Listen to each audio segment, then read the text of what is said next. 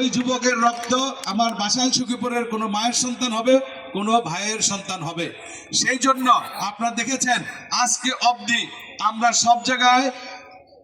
সব জায়গায় সহনশীলতার আচরণ করেছি, মেনে নিয়েছি, ধৈর্য ধারণ করেছি। ধৈর্য ধারণ করার পরে আপনারা সাধারণ মানুষ আজকে পর্যন্ত আমাদেরকে সাপোর্ট দিয়ে টিকিয়ে রেখেছেন। আজকে পর্যন্ত সমস্ত সফলতা আপনারা এনে দিয়েছেন। আপনাদের এই সফলতা 12 তারিখের চূড়ান্ত সফলতায় রূপ নেবে ইনশাল্লাহ। বাংলাদেশের সেনাবাহিনী থেকে শুরু করে প্রত্যেকটা বাহিনী, প্রত্যেকটা রাজনৈতিক দল এবং সরকার নিজেই আপনাদেরকে বারবার অনুপ্রাণিত করছে ভোট দেওয়ার জন্য, এবং গভর্নমেন্ট কমিটেড একটি সুন্দর সুষ্ঠু নিরাপদ পরিবেশে এবার ভোট হবে। কাজে কোনো রকম ভয় পাবেন না। ভয় পেলেন তো হেরে গেলেন। আপনি ভোট কেন্দ্রে সময় মতো যাবেন। এই যে বাসাইলের শহীদ ভাই আছে, শহীদ ভাইয়ের সাথে অনেক প্রোগ্রাম করেছি। বাসাইল কোনো প্রোগ্রামের 1 কিলোমিটারের মধ্যে আমার শ্রদ্ধেয় বড় ভাইয়ের দল নাচ গান করে নাই, বাধা দেয় নাই, হইচই করে নাই। সমস্ত সমস্যা করেছে সখীপুরে। কেন করেছে জানেন? এটা বুঝেছেন? আপনাদেরকে বিশ্বাস করে না, মনে করে সখীপুরের মানুষ ভোট কেন্দ্রে গেলে তাকে ভোট দেবে না। এই জন্য সখীপুরের মা বোন ভাইরা আপনারা যেন ভোট কেন্দ্রে না যেতে পারেন, সেই জন্য এত ভয় দেখাইছে। আপনারা কি ভয় পেয়ে এখন যাবেন না? না, আপনাদেরকে যে ভয় দেখিয়েছে, যে অপমান আপনাদেরকে করেছে, এই অপমানের প্রতিশোধ আপনারা 12 তারিখে ভোট কেন্দ্রের মাধ্যমে দিবেন। আপনারা দেখেন, আমি স্কুল কলেজের উন্নয়নের চেষ্টা করেছি, মসজিদ মাদ্রাসার উন্নয়নের চেষ্টা করেছি, মাদকের বিরুদ্ধে কথা বলছি, দুর্নীতির বিরুদ্ধে কথা বলি, রাস্তা উন্নয়নের চেষ্টা করি, মা বোনদেরকে ঈদ আসলে উপহার সামগ্রী দেওয়ার চেষ্টা করি। এর কোন একটি কাজ খারাপ ভাই?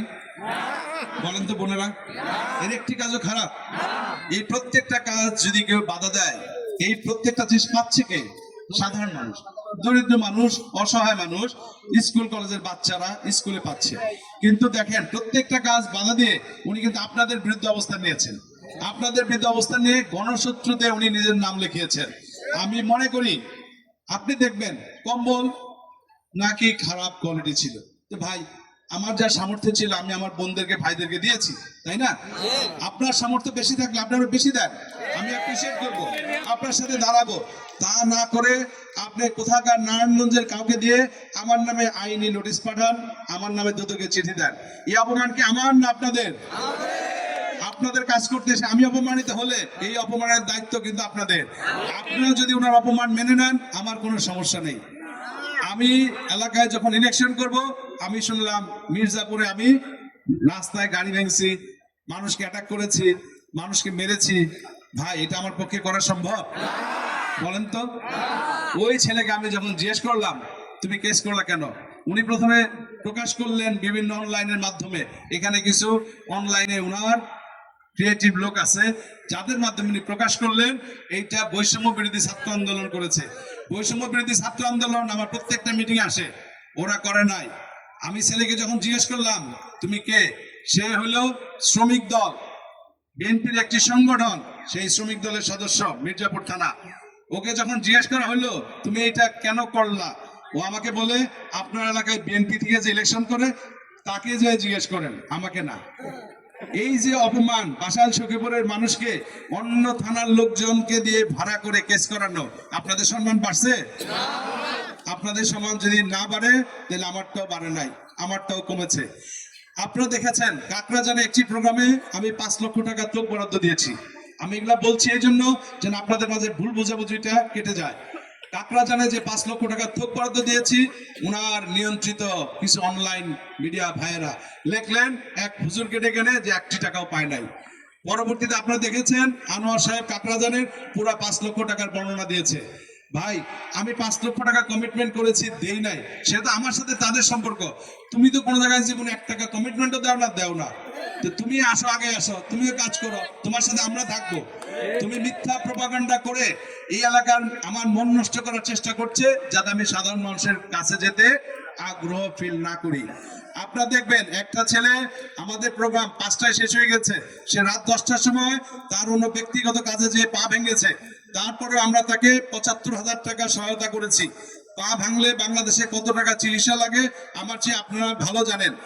সেখানে সেই ছেলেকে জোর করে বক্তব্য নিয়েছে, তাকে আমরা একটি টাকাও দেই নাই। সাংবাদিক ভাইদেরকে আমরা যে ৭৫,০০০ টাকা পেমেন্ট দিয়েছি সেই কপি কিন্তু দিয়ে দিয়েছি। তাহলে দেখেন, একটি ভালো কাজেরও প্রশংসা না করে প্রত্যেকটা বাধা বাধা বাধা বাধা, এই বাধা কাকে দিচ্ছে? আপনাদের উন্নয়নকে দিচ্ছে। আপনাদের কিছু প্রাপ্তি হতো, সেই বাধাগুলো দিয়ে সেগুলো কিন্তু বন্ধ করে দিচ্ছে। তা আমি মনে করি বাসাইল সখীপুরের মানুষের জন্য যার মন উদার হবে, সেই সাহায্য যেখান থেকে আসুক, সেই হেল্প যেখান থেকে আসুক, সেই উপহার যেখান থেকে আসুক, আমরা বাসাইল সখীপুরের মানুষের জন্য চেয়ে তাদেরকে দিব, তাই না? সেটাই তো হওয়া উচিত। তা না করে আজকে এই অবস্থা। আপনারা দেখবেন, যদি মনে করেন যে আপনাদের ভাই এবং বোনেরা, কতজন লোক জেলে আছে বলেন তো? আপনারা জানেন না? কত লোক গৃহ ছাড়া, শুনছেন না? আমরা বলি, আমরা যদি এমপি হতে পারি, সখীপুর বাসাইলে একটি মিথ্যা মামলা হবে না।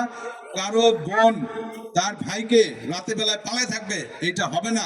কোনো মার রাতে চোখের পানি ফেলতে হবে না যে তার ছেলেটা রাতে বেলায় জঙ্গলে থাকতে হয়। আমরা একটি মিথ্যা মামলাও জীবনে করব না, কাউকে করতে দিব না। যাদের বিরুদ্ধে মিথ্যা মামলা আছে তারা 13 তারিখ থেকে সকলে এসে ঘরে ঘুমাবেন।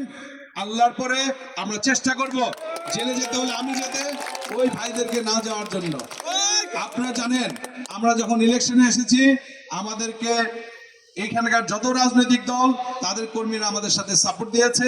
বিএনপির দেখেন বৃহত্তর একটি অংশ আছে, আর বিএনপির দেখবেন যত নবীন নেতা প্রবীণ নেতা পরিচয় কি সাবেক, সব মেরে ফেলছে, কারো পদ রাখে নাই। নিজের দলেরই যে পদ রাখতে পারে না, নিজের দলের মানুষেরই যে আস্থা রাখতে পারে না, সে বাসাইল সখীপুরের মানুষ আস্থা রাখতে পারবে? হাবিব ভাইয়ের মতো একটা ভদ্রলোককে টাঙ্গাইল শহরে কি করেছে, কি অপমান অপদস্থ করেছে, এইরকম বয়স্ক লোককে ধাক্কা দিয়ে ফেলে দিয়েছে। এটা আপনার জন্য কি সম্মান এসেছে? হাবিব ভাই সামনে আছে,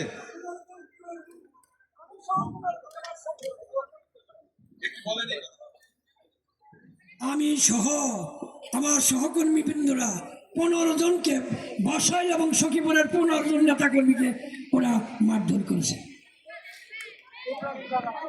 এরকম প্রবীণ নেতাকে দল ছাড়া শুধু করে নাই, গায়ে হাত দিয়েছে। আপনারা বলেন এগুলো মানুষের কাজ? হ্যাঁ, আমরা বলি রাজনীতি সারা জীবন থাকবে না, পদ পদবীও সারা জীবন থাকবে না। একটা মানুষ বয়স হলে রাজনীতি দিকে যাবে, তাকে সম্মানজনক ভাবে বিদায় দেওয়াটা খুবই উচিত ছিল, খুবই উচিত ছিল। একটি লোকও উনার রাজনৈতিক কর্মী যারা সম্মানের সাথে কিন্তু বিদায় নিতে পারে নাই। যার কাছ থেকে তার নিজস্ব কর্মীরা সম্মানের সাথে বিদায় নিতে পারে নাই, তার সাথে আমি আপনি কি সম্মানের সাথে বিদায় নিতে পারবো? পারবো না। এখান থেকে প্রতিকার উপায় কি ভাই? মুক্তি কিভাবে মিলবে? ভোটের মাধ্যমে, ভোটের মাধ্যমে। আপনারা দেখেছেন, আমি যখনই দুর্নীতির বিরুদ্ধে কথা বলি, মাদকের বিরুদ্ধে কথা বলি, যখন বলছে আদম ব্যবসায়ীদেরকে সমিতির মাধ্যমে আমার ভাইদেরকে বিদেশে পাঠাতে হবে যাতে কারো একটি টাকা মান না যায়, তখনই দেখেন সব দুর্নীতিবাজ একত্র হয়ে গেছে, সব দুর্নীতিবাজ একত্রে হুক্কা শিয়ালের মতো ডাক শুরু করেছে। আপনারা দেখেছেন, আমাদের সখীপুরের প্রেস ক্লাব থেকে শুরু করে, স্কুলের গভর্নিং বডি থেকে শুরু করে, মাধ্যমিক উচ্চ মাধ্যমিক স্কুলের গভর্নিং বডি সমিতি থেকে শুরু করে প্রত্যেকটা সমিতি ওনাদের লোক দ্বারা দখল করে নিয়েছে। স্কুলের গভর্নিং বডিতে কখনো এটা হয় যে একটা নন মেট্রিক ছেলেকে গভর্নিং বডিতে আমার এই শিক্ষিত হেডমাস্টারদের সামনে চেয়ারে বসাবেন? এটা হয়? আমরা আপনাদের সাথে ডিক্লেয়ার করছি, কোনো গভর্নিং বডিতে আমরা জীবনেও হস্তক্ষেপ করব না। নির্বাচিত গভর্নিং বডি ওই স্কুল নির্বাচন করবেন। প্রত্যেকটা সমিতি, প্রত্যেকটা অ্যাসোসিয়েশন ওনারা নিজেরা নির্বাচিত হবেন, তাদের দ্বারাই পরিচালিত হবে। এখানে আমার ব্যক্তিগত কোনো হস্তক্ষেপ থাকবে না। উনি একত্রে 4টা কলেজের সভাপতি হয়েছেন। আপনারা দেখেন, উনি একটা কলেজ করছেন কোথাও? একটা স্কুল করছেন? একটা মাদ্রাসা করছেন? ওনার বাড়ির সামনে উনি এক টুকরা মাটি দিয়ে মানুষকে হেল্প করছেন? করেন নাই। যে নিজেরটা এটা করে না, সে এখন রাতারাতি মহামানব হয়েছে। সারাদিন বক্তব্য দেয় একটা, রাতে আমার বিরুদ্ধে কাজ করে একটা। সুন্দরবনের সুন্দর মনের মানুষ প্রয়োজন সুন্দর কাজ করতে। আমি আমার শ্রদ্ধেয় বড় ভাইকে বলবো, চেহারা সুন্দর মন কালো হাত কালো, এটা দিয়ে বাসায় সুখবরের মানুষের উন্নয়ন সম্ভব না। আমি লাস্ট একটি কথা বলে যাই, আমার মা যেহেতু আমাকে অনুমতি দিয়ে পাঠিয়েছে, আমার মাকে আপনারা সম্মানিত করবেন, সেটা আমার মা বলেছে। আপনাদের সম্মান আমার সম্মান, আমার মার সম্মান। বাসাইলের আমাকে ভাই বলেছে যে বাসাইলের মানুষ আমাকে যেখানে গিয়েছি পর্যাপ্ত সম্মান দিয়েছে, পর্যাপ্ত ভালোবাসা দিয়েছে, তারা মাঠে নেমে এসছে। তা আমি মনে করি বাসাইলের মানুষ আমাদেরকে যে সম্মান দেখিয়েছে, 12 তারিখে ওনারা এই সম্মানটা ভোটের মাধ্যমেও দিবেন, এইটা আশা করি। আর একটি কথা বলি, যতদিন সামর্থ্য আছে আপনাদের সাথে আছি।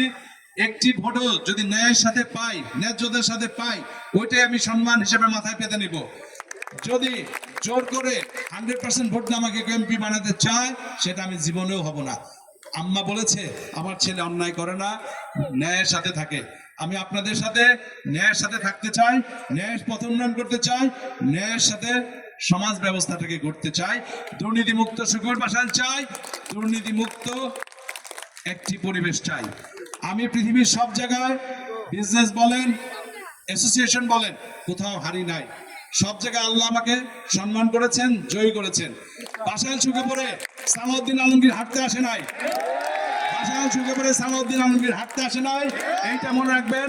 লাস্ট কথা মনে রাখবেন, সালাউদ্দিন আলমগীরের মতো লোক বারবার ইলেকশন করে না। আবারও বলি, সালাউদ্দিন আলমগীরের মতো লোক বারবার ইলেকশন করে না। হরিণ আমার প্রতীক, হরিণ প্রতীকের ভালোবাসা আপনাদের, হরিণ প্রতীক আপনাদের, হরিণ প্রতীক জয়যুক্ত করার দায়িত্ব আপনাদের।